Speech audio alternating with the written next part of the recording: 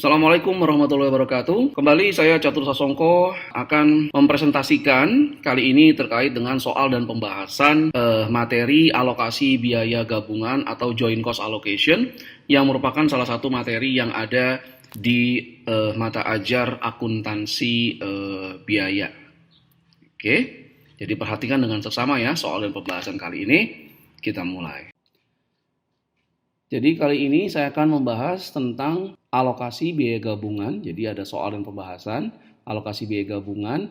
Nah, ini adalah salah satu materi dari mata ajar akuntansi biaya. Anda juga dapat memperoleh video-video soal dan pembahasan lainnya dengan mengakses www.elearningpenerbitsalemba.com. Dapatkan video pembelajaran yang ada sesuai dengan e-learning yang ada, kemudian dapatkan juga soal dan pembahasan lengkapnya, dan terakhir persiapan menghadapi ujian tengah semester dan ujian akhir semester untuk e-learning akuntansi biaya. Oke, kita mulai ya. Berikut ini adalah soal dari alokasi biaya gabungan atau joint cost allocation.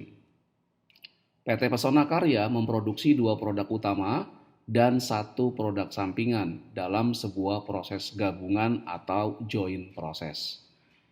Biaya gabungan yang dikeluarkan di bulan Januari adalah biaya bahan baku langsung sebesar 100 juta rupiah dan biaya konversi sebesar 250 juta rupiah. Dari proses bersama ini dihasilkan 2 produk utama yaitu produk A dan B dan 1 produk sampingan atau yaitu produk Z. Berikut ini adalah informasi yang ada untuk produk A, B, dan Z pada bulan Januari 2020. Oke. Jadi produk A jumlah produksinya itu 10.000 unit. Harga jual saat titik pisah atau split off point. Oke, Anda lihat kembali ke buku akuntansi biaya terbitan Penerbit Salemba untuk mengetahui apa itu titik pisah. Kemudian biaya proses lebih lanjut 20.000. Jadi kalau produk A ini dijual saat titik pisah itu harganya 150.000. Tapi kalau dia mau diproses lagi, ditambahkan bahan baku atau dikerjakan lagi, maka biaya prosesnya adalah sebesar 20.000. Nah, kalau dia setelah diproses, maka harga jual produk A itu adalah 175.000. Kemudian produk B itu jumlah produksinya 7.000 unit, harga jual saat titik pisahnya 100.000, biaya proses lebih lanjutnya itu 10.000, dan harga jual setelah proses 105 juta.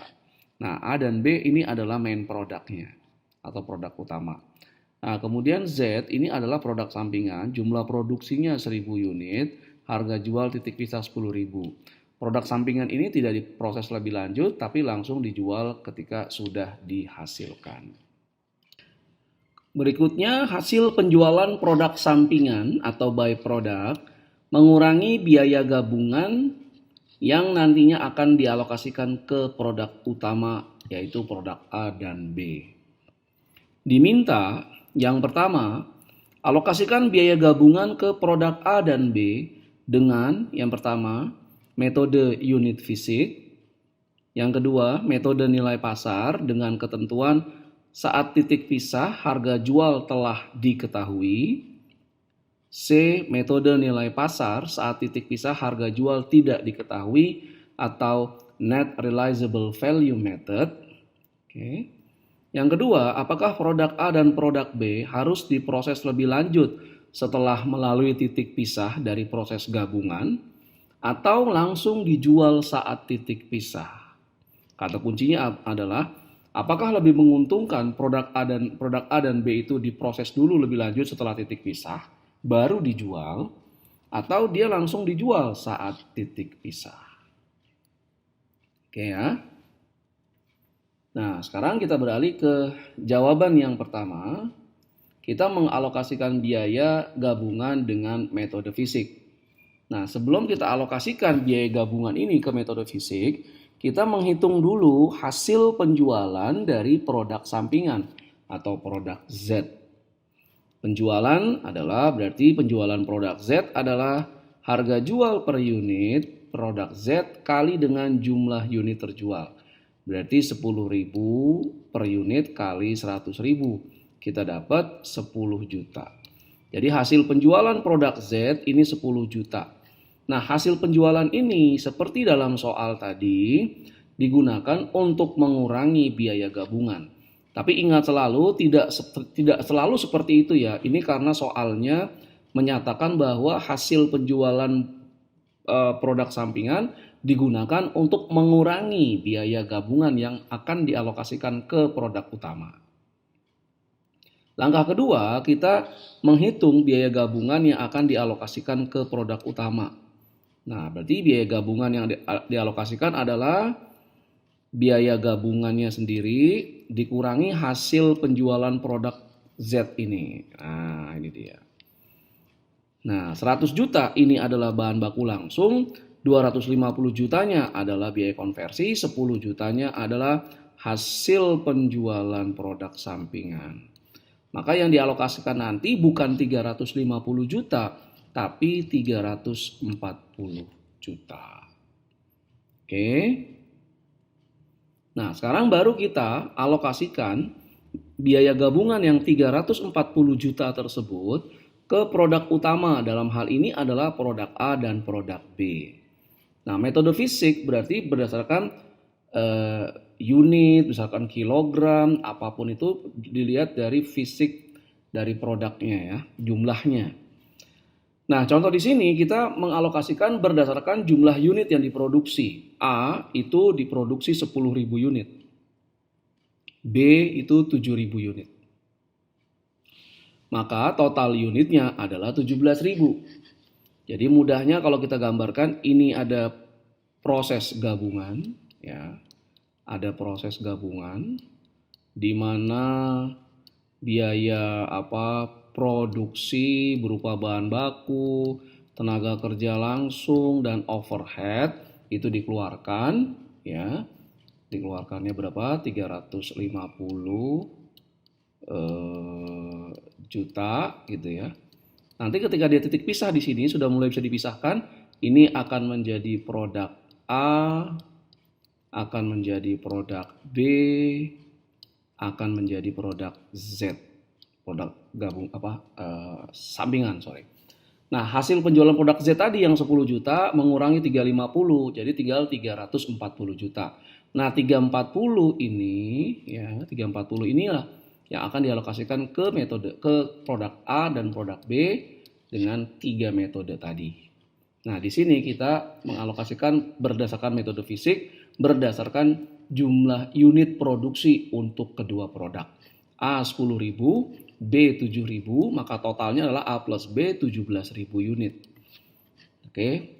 Alokasi ke produk A itu adalah, kalau kita lihat produk A itu 10.000 unit, total produk 17.000, maka dia proporsinya 10.000 dibagi 10.000 plus 7.000, ini A dan B, dikali 340 juta ya. Ingat 340 juta bukan 350. Maka hasilnya adalah 200 juta. Alokasi ke produk B itu berarti 7.000 dibagi 17.000 kali 340 juta didapat 140 juta rupiah. Bagaimana? Apakah Anda sudah paham bagaimana mengalokasikan biaya gabungan ke produk utama dengan menggunakan metode unit fisik? Jika Anda masih belum pahami, silahkan putar kembali video ini agar Anda lebih paham. Dan kalau Anda ingin mengetahui lebih jauh tentang alokasi biaya gabungan, silahkan kunjungi www.elearningperbsalemba.com, cari e-learning akuntansi biaya. Di situ ada video pembelajaran materi-materi yang ada di akuntansi biaya, kemudian juga soal dan pembahasan komprehensif lengkap, serta persiapan menghadapi ujian tengah semester dan ujian akhir semester. Oke, kita berlanjut ke metode berikutnya ya. Tolong perhatikan. Kita berlanjut ke jawaban berikutnya. Sekarang kita mengalokasikan biaya gabungan dengan metode nilai pasar, di mana harga jual diketahui saat titik pisah tadi ya, saat titik setelah melalui proses gabungan, maka akan terpisah menjadi produk yang dapat diidentifikasi. Ada produk A, produk B, dan produk Z. Oke, kita mulai. Nah, ini pertama kita buat ini tabelnya. Pertama ada produk, ada berapa jumlah yang diproduksi. Ingat ya, terkadang ada soal yang menyatakan jumlah produksi dan jumlah yang dijual. Nah, yang dimasukkan, yang dihitung dalam perhitungan alokasi biaya gabungan adalah jumlah yang diproduksi. Sekali lagi, jumlah yang diproduksi, bukan jumlah yang dijual. Oke. Kemudian kita buat lagi kolom harga jual titik pisah. Ini dapat dari soal semua. Nah, kemudian kita buat penjualan atau sales. Nah, sales adalah mudahnya kan price kali quantity. Sales di sini berarti adalah jumlah yang diproduksi dikali harga jual saat titik pisah. Ya, jumlah produksi kali harga jual titik pisah. Ingat, jumlah yang diproduksi, bukan yang dijual. Oke. Produk A itu diproduksi 10.000 unit dari proses gabungan.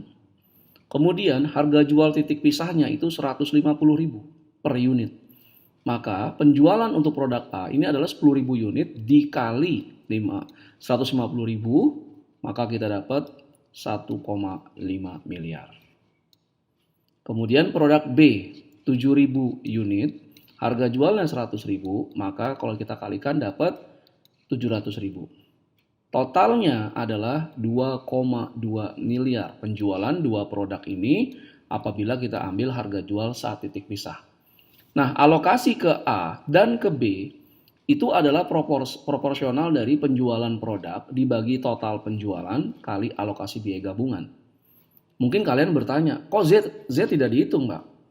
Z tidak dihitung karena dari soal kita tahu bahwa Z yang merupakan produk gabungan itu oleh manajemen perusahaan diperlakukan hasil jualnya mengurangi alokasi biaya gabungan. Jadi biaya gabungannya kan sebetulnya awalnya 350 juta kan. Tapi yang dialokasikan ke A dan B itu hanya 340 juta karena sudah dikurangi penjualan penjualan produk sampingan produk Z. Nah, lihat kembali slide-slide sebelumnya. Maka dengan demikian, alokasi untuk A itu adalah proporsi dari penjualannya A dibagi total penjualan kedua produk ini. Jadi 1,5 M dibagi 700 juta plus 1,5 M dikali 340 juta. Hasilnya nggak bulat ya. 231 juta 818 181, sekian. Saya bulatkan saja. Oke. Kemudian untuk yang alokasi ke B berarti ya proporsi penjualan B dibagi total penjualan. Berarti 700 juta dibagi 2,2 M dikali 340 juta sama dengan 108 juta. Penjumlahan ini harus 340 juta ya karena hanya mengalokasikan. Oke, nah itu dia adalah alokasi biaya gabungan dengan metode nilai pasar di mana harga jual diketahui saat titik pisah. Oke, bagaimana tadi? Penjelasan alokasi biaya gabungan dengan metode nilai pasar ya di mana harga jual dari produk utamanya itu produk A dan B itu telah diketahui saat titik pisah. Oke. Lihat sekali lagi kalau Anda masih belum mengerti ya, diulang lagi silahkan. Nah, sekarang saya akan berlanjut ke metode berikutnya, bagaimana mengalokasikan biaya gabungan ke produk utama, produk A dan produk B dalam soal ini dengan menggunakan metode nilai pasar, tapi produk ini tidak langsung dijual saat titik pisah, tapi diproses lebih lanjut dulu baru dijual, atau metodenya net realizable value. Oke, perhatikan dengan seksama ya. Oke, selanjutnya kita masuk ke alokasi biaya gabungan dengan metode nilai pasar, tapi produknya diproses lebih lanjut. Jadi tidak dijual saat titik pisah ya, atau net realizable value method. Nah, kita buat dulu tabel seperti ini ya. Kolomnya adalah ada produk. Ingat kembali jumlah yang diproduksi, harga jual. Tapi ini harga jual bukan harga jual saat titik pisah ya atau split off. Tapi harga jual setelah produk utama ini setelah split off diproses lebih lanjut baru dijual. Nah, ini harga jualnya. Harga jual setelah proses. Penjualan berarti jumlah produksi kali harga jual setelah proses. Kemudian dikurangi total biaya proses, di soal adanya adalah biaya proses per unit. Berarti total biaya proses adalah jumlah produksi produknya kali biaya proses lebih lanjut per unitnya ya. Nah, NRV ini adalah penjualan dikurangi dengan total biaya proses. Oke, kita mulai dengan produk A. Jumlah produksinya 10.000 unit, harga jual setelah prosesnya 175 kemudian maka penjualannya adalah jumlah produksi kali harga jual 1,75 M. Biaya prosesnya ini adalah 1 unit itu biaya proses untuk produk A adalah 20.000. Maka Rp20.000 kali dengan 10.000 dapat 200.000 ya. Jadi ini adalah biaya proses lebih lanjutnya, lihat kembali soalnya, itu 20.000 per unit kali unit yang dihasilkan itu 10.000 unit. Oke, dapat 200 juta. Maka NRV-nya adalah penjualan 1,75 M dikurangi biaya prosesnya 200 juta sama dengan 1,55 M. Lanjut ke produk B, jumlah yang diproduksi itu 7.000 unit, harga jual setelah proses produk B itu adalah 105.000, maka kemudian penjualannya adalah harga jual setelah proses 7.000 kali 105.000, dapat 735 juta. Biaya prosesnya 70.000, per unit produk B itu biaya prosesnya adalah 10.000. Nah, kita kalikan dengan 7.000 unit, maka kita dapat 70 juta rupiah ya. Oke, 70 juta rupiah. Oke. Nah, ini maka NRV-nya adalah 735 dikurangi 70 juta sama dengan 665 juta rupiah. Nah, kemudian NRV-nya NRV-nya itu total NRV adalah 1550 ditambah 665 juta dapat 2.215 juta. Oke. Nah, sekarang alokasi ke produk A ke produk B itu berdasarkan proporsi NRV produknya dibagi dengan total NRV kedua produk yang ada 2215 ini. Maka alokasi ke A adalah 1,55 M, ini NRV-nya dari produk A, 665 plus 1,55 ini total NRV-nya kedua produk dikali alokasi biaya gabungannya, biaya gabungan dialokasikan 340 juta ya, sekali lagi bukan 350 juta. Dapat 230 juta 923.250. Kemudian alokasi untuk yang B ini berarti 665 juta bagi 2.215 juta kali 340 juta dapat 102.76.750 rupiah. Ya, itu tadi adalah bagaimana cara mengalokasikan biaya gabungan ke produk utama. Dalam soal ini adalah produk A dan produk B dengan menggunakan metode nilai pasar di mana yang digunakan adalah harga jual setelah proses lebih lanjut atau net realizable value method ya. Lebih rumit daripada metode unit fisik dan metode nilai pasar di mana produk bisa dijual saat titik pisah. Jadi 3 metode sudah saya jelaskan. Nah, sekarang kita akan berlanjut ke pertanyaan berikutnya. Ini yang lebih ke arah pengambilan keputusan ya. Apakah perusahaan sebaiknya menjual produk AB setelah saat titik pisah, setelah mereka terpisah dari proses gabungan tadi, atau setelah titik pisah itu produk A maupun produk B diproses lebih lanjut dulu, ditambahkan mungkin bahan baku, pekerjaannya segala macam, biaya konversinya, kemudian nanti dijual kembali, baru dijual. Nah, apakah lebih menguntungkan dijual saat titik pisah atau diproses lebih lanjut terlebih dahulu? Oke, saksikan slide berikutnya. Terima kasih. Kita beralih berikutnya ke keputusan manajemen, apakah akan menjual saat titik pisah atau setelah titik pisah tidak langsung dijual tapi diproses dulu lebih lanjut, masing-masing diproses, A dan B diproses sendiri, baru kemudian dijual. Nah, untuk mengambil keputusan ini, saya akan berikan langkah-langkah bagaimana keputusan yang harus diambil. Yang pertama, kita akan menghitung tambahan harga jual produk. Di sini maksudnya adalah kita membandingkan antara berapa harga jual produk saat dia dijual saat titik pisah dan berapa harga jual kalau produk tersebut diproses lebih lanjut baru dijual. Nah, jadi rumusnya adalah harga jual setelah proses lebih lanjut itu berapa, kita kurangkan dengan harga jual setelah titik pisah.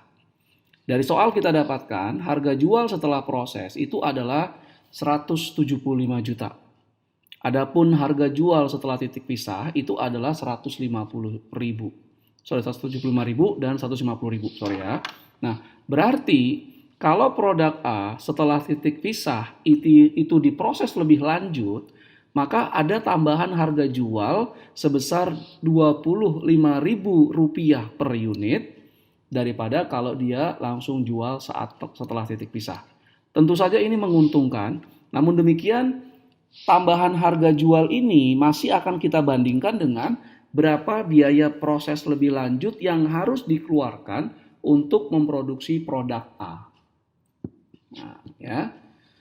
Jadi sekarang kita masuk apakah untung atau rugi proses lebih lanjut. Nah, itu diperoleh dengan cara tambahan harga jual setelah proses tadi dikurangi dengan biaya proses lebih lanjut. Nah, tambahan harga jualnya adalah Rp25.000 per unit. Adapun biaya proses lebih lanjutnya itu adalah Rp20.000 per unit. Maka dengan memproses lebih lanjut secara kuantitatif, perusahaan akan memperoleh keuntungan sebesar Rp5.000 per unit. Kalikan dengan jumlah unit yang diproduksi, maka itu adalah total tambahan keuntungan apabila memproses lebih lanjut. Maka karena diperoleh keuntungan dengan memproses lebih lanjut, keputusannya adalah proses lebih lanjut untuk produk A. Bagaimana dengan produk B? Nah, cara yang sama kita lakukan untuk produk B. Kita cari dulu tambahan harga jual produk B dengan diproses lebih lanjut. Maka harga jual setelah proses lebih lanjut produk B dikurangi harga jual per unit setelah titik pisah untuk produk B.